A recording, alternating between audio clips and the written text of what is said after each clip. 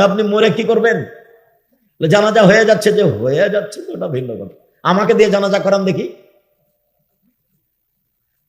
আপনি আমাকে দাওয়াত দেন, আমি চলে আসার চেষ্টা করবো ইনশাল্লাহ। যাই তো, অনেক সময় বিবাহরাতে নিয়েতে গেছি মালয়েশিয়া। আমি মালয়েশিয়া গেছি তাহানিক করতে, বাচ্চা জন্ম নিয়ে যেতাম। ঢাকায় গেছি বিবাহ পড়াতে। আপনারা জানাজা আসবো, আপনি নিয়ে আসেন, ছেলেরাকে বলে যায় আপনার 10 টাকা আছে ঋণ, তখন আমি জানাজা করি কিনা। এমন কোন মায়ের বেটা ওরকম জন্ম নিয়ে নিজে আমাকে আদেশ করে এই কাজ করাতে পারে ইনশাআল্লাহ। আমি কাউকে হিসাব করেই চলি না, আল্লাহ যেভাবে চালাই, ফকির মানুষ চলি। কোনদিন আমার জীবনে কারো কাছে মাথা নত করা লাগেনি। মসজিদ মাদ্রাসার সেক্রেটারি সভাপতি, কোনদিন কাউকে হিসাব করে কথা বলা লাগেনি। আছি আলহামদুলিল্লাহ। ও যদি কিছু বলে তাহলে আমি বলবো আপনার যা টাকা লাগে, আপনার মসজিদ কামে আমি কিছু করে দেবো ইনশাআল্লাহ। আপনাকে টাকা লাগবে না আমার। আপনার প্রয়োজন হলে আপনি বলেন, আপনাকে কিছু দিব ইনশাআল্লাহ। মানে আল্লাহ আমাকে ওইভাবে রাখেইনি, আমি কোনোদিন বুঝতে পারি না, আমার কাছে ধরা পড়ে না এমনটা। ময়মনসিং থেকে গেছি, ও টাকা দিয়েছে 5,000, আমার তো খরচ আছে 11,000। সম্মানিত দিনী ভাই বোন, আমি আপনাকে আজকে আন্তরিকভাবে অনুরোধ জানাতে চেয়েছি, স্বভাব ভালো করতে হবে যে কোনো মূল্যে, যে কোনো মূল্যে। মুখখান ভালো রাখবেন, মুখ বড় বিপদ, আপনাকে টেনে একবারে ছেঁচড়ে জাহান্নামে নিয়ে যাবে। তাই আল্লাহ রাসূল বলেন মুখখান বন্ধ রাখো। 2, জরুরি প্রয়োজন ছাড়া বাড়ি ত্যাগ করবেন না, বাইরে যাবেন না। 3, পাপের জন্য কাঁদবেন, পাপের জন্য। আল্লাহর নবী বলছেন কেউ যদি কাঁদে আল্লাহর ভয়ে, তো গাভীর ওলান বাঁট থেকে, বান থেকে চাপ দিয়ে দুধ বের করে ভিতরে ঢোকানো যায় না, যেমন আল্লাহর ভয়ে কাঁদে যে সে জাহান্নামে যাবে না তেমন। আমি না বুঝাতে পারলে আবার বলি, গাভীর বাঁট বুঝেন না আপনারা? চাপ দিয়ে দুধ বের করে না মানুষ। আল্লাহ রাসূল বলছেন যে চাপ দিয়ে দুধ বের করে ভিতরে ঢোকানো যেমন অসম্ভব, এইটা যেমন অসম্ভব, আল্লাহর ভয়ে কাঁদে যে তার জাহান্নামে যাওয়া তেমনি অসম্ভব। তো আমি বলিনি, এ কথা মুহাম্মদ সাল্লাল্লাহু আলাইহি ওয়াসাল্লাম বলছেন। লা ইয়ালিজার রাজুলুন নারা বাকা মিন খাসিয়াতিল্লাহ হাত্তা ইয়ালিজাল লাবানু ফিদ দারে। যে আল্লাহর ভয়ে কাঁদে তার জাহান্নামে যাওয়া এরকমই অসম্ভব, গাভীর বান থেকে দুধ বের করে ঢোকানো যেমন অসম্ভব। স্বাভাবিক হয়ে বাঁচেন। 1, 5 ওয়াক্ত সালাত, 2, হালাল রুজি, 3, কোরআন তেলাওয়াত, 4, আড্ডা পিটা হারাম। জিন্দেগিতে কোনোদিন আর দোকানের সামনে বসবেন না। চা খাচ্ছেন, ল্যাংটা মেয়ে নাচছে, বসে গল্প জমাচ্ছেন, কার কি বলছেন, তখন আপনি ভালো মানুষ। কে বলেছে আপনাকে? আমি তো বলিনি কোনোদিন। তখন আপনাকে আমি গরু ছাগল পশু প্রাণী মনে করি, ইতর শ্রেণীর মানুষ মনে করি, নিম্ন শ্রেণীর মানুষ মনে করি। ভদ্র মানুষ সেখানে বসে থাকে নাকি? পরহেজগার মানুষ সেখানে বসে থাকে? আপনাকে যদি জিজ্ঞাসা করি বলবেন যে না আমি পরহেজগার নই। কেন থাকবেন আপনি ওখানে? সম্মানিত দিনী ভাই বোন, মহান আল্লাহ বলেন ধারাবাহিক, ইদফা বিল্লাতি হি আহসান। মুহাম্মদ সাল্লাল্লাহু আলাইহি সাল্লাম মানুষের সাথে যখন কথা বলবেন, মানুষ যা বলেছে আপনারটা তার চেয়ে সুন্দর হবে, এটা আমি আর আপনি, রাগ যতই হোক, একবারে জ্বলে ছাই হয়ে যাচ্ছেন তার কথায়, তবু আপনি রাগ দেখাবেন না। এ দেখেন মুহাম্মদ সাল্লাল্লাহু আলাইহি ওয়াসাল্লাম, আপনি যখন মানুষের সাথে কথা বলবেন, তো মানুষ যা বলেছে আপনারটা কেমন হবে তার চেয়ে সুন্দর। এটা আল্লাহ নবীকে আদেশ করলেন, মানে আমাকে আর আপনাকে আদেশ করলেন। বুঝাতে পারি না কথা মনে হয়? আল্লাহ আমাদের নবীকে আদেশ করলেন মানে কি? আমাকে আর আপনাকে আদেশ করলেন। আল্লাহ তাআলা বলছে ওয়াজাদিলহুম বিল্লাতি হি আহসান। মুহাম্মদ সাল্লাল্লাহু আলাইহি ওয়াসাল্লাম তর্ক বিতর্কে, বাক বিতণ্ডে কথা বলা লাগলে ও যা বলেছে আপনি তার চেয়ে সুন্দর বলবেন, তার চেয়ে ভালো বলবেন। আদেশ, দুটাই আদেশ।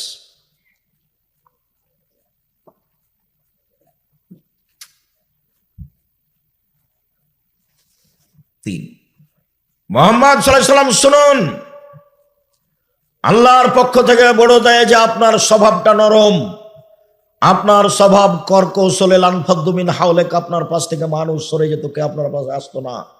শুনুন, ফাফু আনহুম, মানুষকে মাফ করুন, মানুষকে মাফ করুন। পৃথিবীর মানুষ মাফ করতে শিখো। মাফ, ছাড় দাও। আচ্ছা করেছে, আচ্ছা বলেছে, আচ্ছা মাফ করে দিলাম, মাফ করে দিলাম।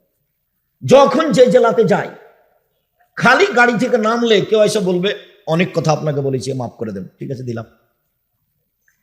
অনেক গালি দিয়েছি, মাফ করে দেন। কোনো সময় 2 জন 3 জন বলে, দেখি কোনো সময় গাড়ি থেকে নামার আগে প্রস্তুত হয়ে আছে খালি এই কথাটা বলার জন্য। কতদিন যে মন ভরে গালি দিয়েছে, নামার সাথে সাথে বলে যে অনেক কথা বলেছি, মাফ করে দেন। ঠিক আছে, দিলাম। কেন গালি দিলেন, দিবেন কেন এটা বলতে চায় না, ওই পাতায় পড়ি না, বলেছে বাস, যথেষ্ট। মুহাম্মদ সাল্লাল্লাহু আলাইহি সাল্লাম মানুষকে মাফ করতে শিখুন, মাফ করুন, মাফ করতে শিখুন। এই ভাষা তার জন্য চলবে না। মানুষকে মাফ করুন, ওয়াস্তাগফির লাহুম, শুধু মাফ নয়, আপনাকে গালি দিয়ে যে পাপ করেছে আপনি এখন আল্লাহকে বলেন, আল্লাহ তুমি ওকে ক্ষমা করে দাও। দল সংগঠন করিয়েন না একদিনের জন্য, একদিনের জন্য কোনো সংগঠন করিয়েন না, নাহলে আপনার সাথে যে আছে সে ভালো, আপনার সাথে যে নাই সে খারাপ। কোন দল করবেন না, অমুকের চরিত্র ফুলের মতো পবিত্র। আল্লাহ নবী বলছেন যে প্রশংসা করে যদি কেউ কারো, তাহলে ওর মেরুদণ্ড ভেঙে দিয়েছে, যার প্রশংসা করা হয়েছে। আর কেউ যদি প্রশংসা করে, আল্লাহ রাসূল বলছেন ওর মুখের উপরে মারো, মাটি ছুঁড়ে, মাটি দিয়ে মারতে বলছেন তার মুখখানে। হাদিস বুখারী মুসলিম। যে প্রশংসা করছে ওর মুখের উপরে মাটি দিয়ে মারতে বলছে আল্লাহ নবী।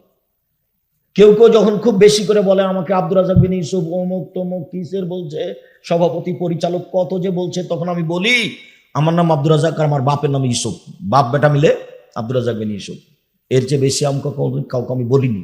আমি পড়াশোনা জানি কি না, আমি কোনো কিছু পাস করেছি কিনা, আমি কোনোদিন মুখ দিয়ে উচ্চারণ করে দীর্ঘ 35 বছরে, 90 সাথে এখন 35 বছর চলছে, 90 থেকে আছে, আলহামদুলিল্লাহ ভালো আছে।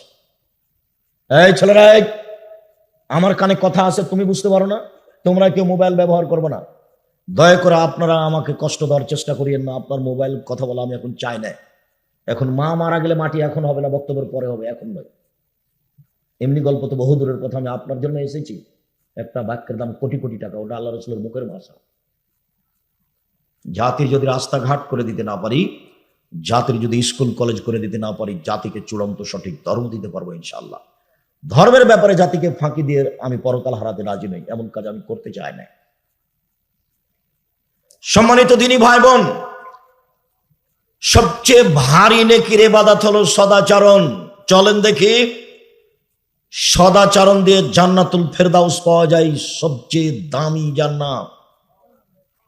উমামা বাহিলি রাদিয়াল্লাহু তাআলা আনহু বলেন, আল্লাহর নবী বলেছেন, লেমান আনা জাইমুন বে বাইতিন লেমান তারাকাল মেরাহ ওয়া ইন কানা মুহিক্কান। কেউ যদি তর্ক ছেড়ে দেয়, সত্য হলেও তর্ক না করে। আব্দুর হিসাব এটা বলেছেন, আরে না এটা বলেছেন, আরে না এটা বলেছেন, আসসালামু আলাইকুম, আপনার সাথে আমি তর্ক করতে রাজি নই, গেলাম। এইরকম যে তর্ক ছেড়ে দিবে, আমি মুহাম্মদ সাল্লাল্লাহু আলাইহি ওয়াসাল্লাম তাকে একটা জান্নাতে ঘর নিয়ে দিব। মুহাম্মদ সাল্লাল্লাহু আলাইহি ওয়াসাল্লাম এই জিম্মেদারি নিয়েছেন, তা ঘোষণা দিয়েছেন। 2, তবে বাইতিন ফিরাবাজিল জান্নাহ লিমান তারাকাল মিরাহ ওয়া ইন কানা মাজিহ। মজাক করে হলেও কেউ যদি মিথ্যা না বলে, মজাক করে হলেও কেউ যদি মিথ্যা না বলে, আমি মুহাম্মদ সাল্লাল্লাহু আলাইহি ওয়াসাল্লাম তাকে জান্নাতের মাঝামাঝিতে একটা ঘর নিয়ে দিব। 3, ওয়া আলাল জান্নাহ লিমান হাসানা খুলুকাহু। যে তার চাল চলনকে ভালো করলো, আমি তাকে জান্নাতুল ফেরদাউস নিয়ে দেব। চাল চলন কি জিনিস? কেন চাল চলন তো বুঝি, ওই যে ওকে স্বভাব ভালো, ছেলেটা খুব ভালো, ব্যবহার খুব ভালো, ছেলেটা খুব লুতুবে নরম করে কথা বলে, ছেলেটা খুব ভালো, এই যে ভালো চাল চলন। ওর কথা বলছি দুমখাটার দুনিয়ার বদ, আর মুখ কত খারাপ, ওকে দেখতে মন চায় না, বলে না মানুষে। এই যে মানুষ ভালো মন্দ বুঝে, এটাই হলো ভালো চাল চলন। ভালো কথা ভালো কর্ম, ভালো কথা ভালো কর্ম, প্রতিশোধ নেই, প্রতিবাদ নেই, প্রতিশোধ নেই, বদনাম গিবত নেই, বাস ওটা গেছে। আজকে সকাল হতে হতে বড় ভাইয়ের হাত ধরে আপনাকে ক্ষমা নিতে হবে। আজকে গন্ডগোল কিন্তু বড় ভাইয়ের কারণেই হয়েছে। আপনি ছোট, ক্ষমা আপনাকে নিতে হবে, এবং আজকে নিতে হবে। এখন বক্তব্য শেষে ক্ষমা নিয়ে ঘুমাবেন। ভাই যা হয়েছে ভাই যান, মাফ করে দেন আমাকে। ঘটনা কিন্তু বড় ভাইয়ের কারণেই হয়েছে। এমন ভাবে হয়েছে, বলছে 2 ভাই পাশাপাশি বাস করে, বলছে বেটাটাকে, তোর চাচা যেন এখান থেকে বের হতে না পারে রে, কাঁটা দিয়ে ঘেরে দে, কেমনে বাড়ি থেকে বের হয় তা দেখবো, তাই বলছে। আর আমাদের গ্রামে বাপ মরার পরে গন্ডগোল হয়েছিল, দুই ভাইয়ে জমি জায়গা ভাগ করতে করতে ঢেঁকিটা কেটে ভাগ করে নিয়েছে। এটা আমার চোখের সামনেকার ঘটনা বলছি। আর দল পার্টি করা লোককে আমি দেখেছি যে বিরোধী দল পরাজয় বরণ করলে, হেরে গেলে কি একটা কারণে ছেলেটা পরীক্ষা ফেল করেছিল বিপক্ষ পার্টির, তখন এ গরু জবাই করেছে খুশিতে, গরু জবাই করে খা। এটা আমার চোখের সামনে। জীবনে কোনোদিন 1 মিনিটের জন্য কোনো দল, কোনো সংগঠন, কোরআন দিয়ে সংগঠন করুক না কেন, তাও করবেন না। কেন? তখন আপনার ভিতরে সংকীর্ণতা আসবে। সংকীর্ণতাই আহলে হাদিস মানুষকে অনেক খাটো করে রেখেছে। আপনি আমাকে ইকবালপুর মসজিদে খুতবা দেওয়াতে পারেন না কেন? সামনের জুমায় দিয়ে দেখি। আর আপনি আছেন জামিয়া সালাফিয়ায়, খোলা আছে মাঠ, আপনি খালি বলবেন, মেথর দিয়ে বলবেন আব্দুল রাহিব সাহেব আছেন বংশাল মসজিদে খুতবা দেন, মেথর দিয়ে বলবেন, সমান লাগবে না। সমান তো উপরে আছে। বলেন দেখি, এক মাওলানাকে বলছে আসেন জামিয়া সালাফিয়া সম্মেলনে, হাসছে, আসেন, হাসছে। তাহলে বলছে আপনার বাপও পারবে না। আমি এই ভাষায় বলছি, আপনার বাপও পারবে না, আমাকে ডাকেন, কালকে চলে আসবো আমি। এই কথার অর্থ নাই যে আমি আব্দুল রাজ্জাক বিন পড়ে আছি, পড়ে নাই। জামিয়া সালাফে খুতবা দেন, যাতায়াত 3000 টাকার সম্মানে, আর 10,000 টাকা পাতে 13,000 টাকা দিবে প্রতি জুমাই। এটা জামিয়া সালাফিয়া। কিন্তু দেশের এশিয়া মহাদেশে বড় মসজিদ তৈরি হচ্ছে রূপগঞ্জ নারায়ণগঞ্জে, 100 বিঘা জমির উপরে। খাটো করে দেখার আপনার কোনো পথ নেই, উপরওয়ালা করে। আমি নিজে করলে আপনি কিছু করতে পারতেন। আমি তো কচুর পাতার পানি, কচুর পাতার পানি বুঝেন না? এই যে পানি কচুর পাতার উপরে থাকে, তো বাতাস আছে, তখন কি করে? এই যে পড়লো, এই যে পড়লো। আমি তো কচুর পাতার পানি, আমার কি দাম আছে? আমার 5 পয়সা দাম নেই। 100 বিঘা জমির উপরে প্রায় রূপগঞ্জ নারায়ণগঞ্জ 21 নম্বর সেক্টরের সাথে লাগা জামিয়া সালাফিয়া রূপগঞ্জ নারায়ণগঞ্জ 22 বিঘা খালি মেয়েদের জন্য। রাজশাহী 40 বিঘা জমির উপরে ছেলেদের শাখা, 77 বিঘা জমির উপরে মেয়েদের, 40 বিঘা খালি পুকুর। 5000-এর বেশি ছেলে মেয়ে পড়াশোনা করে। 519 জন খালি এতিমি আছে, 5000। 300 জন শিক্ষক শিক্ষিকা আছেন। 32 লক্ষ টাকা মাসে বেতন লাগে, 32 লক্ষ। এটাই ছিল 2024-এর হিসাব, 25-এর আমার কাছে এখনো আসেনি। জামিয়া সালাফের উপরে আপনার ভালোবাসা থাকা উচিত, এটা আহলে হাদিসের সম্পদ। 13-14 সম্মেলন আসেন দেখি আপনি। 13-14 সম্মেলন, পাকিস্তানের মৌলানা থাকবে, ভারতের থাকবে, সৌদি আরবের থাকবে, বাংলাদেশের থাকবে। পাকিস্তানের মৌলানা থাকবেন, ভারতের মৌলানা থাকবেন, সৌদি আরবের মৌলানা থাকবেন, বাংলাদেশের থাকবেন। এর নাম জামিয়া সালাফিয়া। দেশের সর্ববৃহৎ প্রতিষ্ঠান জামিয়া সালাফিয়া। দেশের সর্ববৃহৎ প্রতিষ্ঠান জামিয়া সালাফিয়া। আয়াতনে, শিক্ষক মানে, শিক্ষক গুণে, শিক্ষক সংখ্যায়, ছাত্র সংখ্যায়, বিদ্যা দেওয়াতে সর্বোচ্চ স্তরে আছে জামিয়া সালাফিয়া। 7 করে যাবেন, 40 বিঘার উপর আছে রাজশাহীতে। রাজশাহীর মসজিদটা 90% জমির উপরে 4 তলা, 90%। উত্তরবঙ্গে এত বড় মসজিদ নেই। আর এটা যেটা রূপগঞ্জে তৈরি হচ্ছে, সেটার 1 তলাতে 7 থেকে 10,000 মানুষ সালাত আদায় করতে পারবে। 200 শতক জমির উপরে।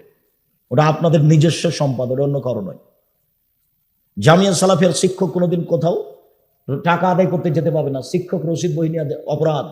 কোন শিক্ষক রসিদ বই নিয়ে বাইরে গেলে তার জরিমানা হবে। জামিয়া সালাফিয়া কোনো বৈদেশিক টাকা দিয়ে চলে না। জামিয়া সালাফিয়া কোনো বিত্তশালী দিয়ে চলে না। জামিয়া সালাফিয়া কোনো সংস্থা দিয়ে চলে না। জামিয়া সালাফিয়া সরকারি অনুদানে চলে না। কিভাবে চলে? আপনার 10 টাকা, আমার 20 টাকা, আমার 10 টাকা, আপনার 20 টাকা, এইভাবে চলে। যারা যেমন পারে তারা তেমন দান করে, এভাবেই চলে। প্রত্যেক দিন বিকালে 40,000 থেকে লাখের মতো বিল আছে, মিস্ত্রি বিল। টিন মিস্ত্রি, রড মিস্ত্রি, কাঠের মিস্ত্রি। মানুষ তো মানুষের তৈরি করা জিনিসের উপরে চড়ে আছে। আমি এমন একটা জায়গাতে আছি, আল্লাহ আমাকে বলছেন তুমি নিজের জমি কিনো, ঘর বাড়ি করো, মাদ্রাসা চালাও, কারোটা ভোগ করতে পারবা না তুমি। আমি কি করবো? ঠিক আছে, তাই হলো। কথা বোঝা গেল না? এটা মনে হয় এটা ভালো করে বোঝা গেল না। আবার বলি, তার মানে আমি যে মাদ্রাসা চালাই, তা আমি কারোর তৈরি করা মাদ্রাসা চালাইনি। আমি নিজের জমি কিনে, ঘর বাড়ি করে, শিক্ষক নিয়োগ দিয়ে নিজে দেখছি, দেখাশোনা করছি। এবার কি বুঝেছেন? আমি কারোর তৈরি করা জিনিস ভোগ করিনি। সম্মানিত দিনী ভাই বোন, আপনার ভালোবাসা ঐকান্তিক ভাবে ভালোবাসা আমি দাবি করি। দেশের সবচেয়ে বড় প্রতিষ্ঠান জামিয়া সালাফিয়া, শিরক মুক্ত প্রতিষ্ঠান জামিয়া সালাফিয়া, বিদআত মুক্ত প্রতিষ্ঠান জামিয়া সালাফিয়া, হিংসা মুক্ত প্রতিষ্ঠান জামিয়া সালাফিয়া, দল মুক্ত প্রতিষ্ঠান জামিয়া সালাফিয়া, সংগঠন মুক্ত প্রতিষ্ঠান জামিয়া সালাফিয়া। 60 জন 70 জন শিক্ষক বসে আছেন। দল সংগঠনের কথা মুখ দিয়ে উচ্চারণ করতে পারবেন না। কেউ কারোর বিরুদ্ধে কথা বলতে পারবে না। বিরুদ্ধে কথা বলাই নিষেধ। বাস অফিসে বসবে, প্রয়োজনীয় কোনো কথা বলবে, ঘন্টা পড়েছে ক্লাসে যাবে। এই 25 থেকে 30 তারিখের মধ্যে বেতন পাবে, 1 তারিখের মধ্যে বেতন নিয়ে যাবে, আহাল পরিবার না খাবে। কিভাবে প্রতিষ্ঠান চলছে তার ভাববার প্রয়োজন নেই, ওটা আল্লাহ দেখবেন। সম্মানিত দিনী ভাই বোন, এক, সত্য হলেও তর্ক ছেড়ে দিলে আল্লাহর নবী তাকে জান্নাতে একটা ঘর নিয়ে দিবেন। 2, মজাক করেও মিথ্যে না বললে আল্লাহর নবী তাকে একটা জান্নাতের মাঝামাঝিতে ঘর নিয়ে দিবেন। 3, চাল চলন ভালো করলে আল্লাহর নবী তাকে জান্নাতুল ফেরদাউস নিয়ে দিবেন। সবচেয়ে দামি জান্নাত পাওয়া যাবে ভালো চাল চলনে। আবু মালিক আশআরী রাদিয়াল্লাহু তাআলা আনহু বলেন, রাসূল সাল্লাল্লাহু আলাইহি সাল্লাম বলেছেন, ইন্না ফিল জান্নাতে গোরাব ইরা জাহিরুহুম বাতিনুহুম জাহিরা। জান্নাতে কতগুলি দামি দামি ঘর আছে, খুব উন্নত মানের পদার্থ দিয়ে তৈরি। বাহির থেকে ভিতর দেখা যায়, ভিতর থেকে বাহির দেখা যায়, খালি টক টক টক টক টক করছে। সাহাবীগণ বলেন, লেমান হাজি, এত দামি ঘর কে পাবে আল্লাহর নবী? তখন আল্লাহ রাসূল বলছেন, লেমান আলানাল কালাম, যার স্বভাব ভালো সে পাবে। নেন এবার, যার চাল চলন নরম সে পাবে। এই ছেলে, বসো, আমাকে কোনো কাজ দেখাবেন না, অল্প সময়, দয়া করে আমাকে কোনো ব্যস্ততা দেখাবেন না। আমি আপনার জন্য এসেছি, আপনি মূল্যায়ন করবেন। কি প্রয়োজন, পেশা লাগলো, পায়খানা লাগলো, চা খাবেন, উঠে যাবেন কেন? আমি যে আপনার জন্য এসেছি, আপনি কেন উঠবেন? হিসাব করে বসে থাকবেন, পাখি যেন মনে করে আপনি পাথর। সম্মানিত দিনী ভাই বোন, সদাচরণ দিয়ে সবচেয়ে দামি জান্নাত পাওয়া যায়। এবার বলি, সদাচরণ দিয়ে বয়স বেশি হয়ে যায়, সদাচরণ দিয়ে রুজি বেশি হয়, টাকা বেশি হয়। আমি বলিনি, হাদিস বুখারী মুসলিম। সাওবান রাদিয়াল্লাহু তাআলা আনহু বলেন, আল্লাহর নবী বলেছেন, মান সাররাহু আইয়ুবসাতা লাহু ফি রিজকিহি ওয়া ইনসাহু ফি আসরিহি। যে চায় তার রুজি বেশি হয়ে যাক, যে চায় তার বয়স বেশি হয়ে যাক, এই দুটা যে চায়, ফালইয়াসিল রাহিমাহু, সে যেন সদাচরণ করে। বয়সও বেশি হবে, কেটে নতুন ভাবে লিখে দিবেন আল্লাহ। রুজিও বেশি হবে, কেটে নতুন ভাবে লিখে দিবেন আল্লাহ। মনে রাখবেন, ভাগ্য কেটে লিখে দেওয়ার দুটা পথ আছে। করোনা ঠেকা যায়, ঠেকারও যায় দোয়া দিয়ে, মাখ দিয়ে নয়। পৃথিবী সৃষ্টির 50,000 বছর পূর্বে আপনার ভাগ্যে করোনা লিখা হয়েছে। আপনি যদি পাথরের ভিতরে ঢোকে থাকেন তবুও করোনা ধরবেই। যার কারণে আমি করোনার 5 পয়সা দাম দিইনি।